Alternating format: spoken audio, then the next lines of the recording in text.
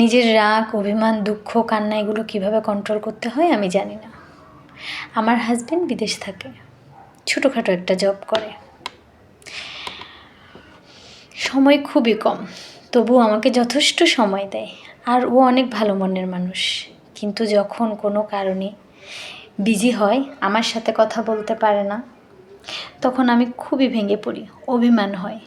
তখন না চাইতেও চোখ দিয়ে পানি চলে আসে। আমি রাগ অভিমান করলেও সে ভাঙায়, আর তারপর আমার খুব আফসোস হয়। মনে হয় এত কষ্ট করে মানুষটা সব সময়, আর আমি রাগ অভিমান দেখাই, কিন্তু পরবর্তীতে আবার সেই একই কাজ।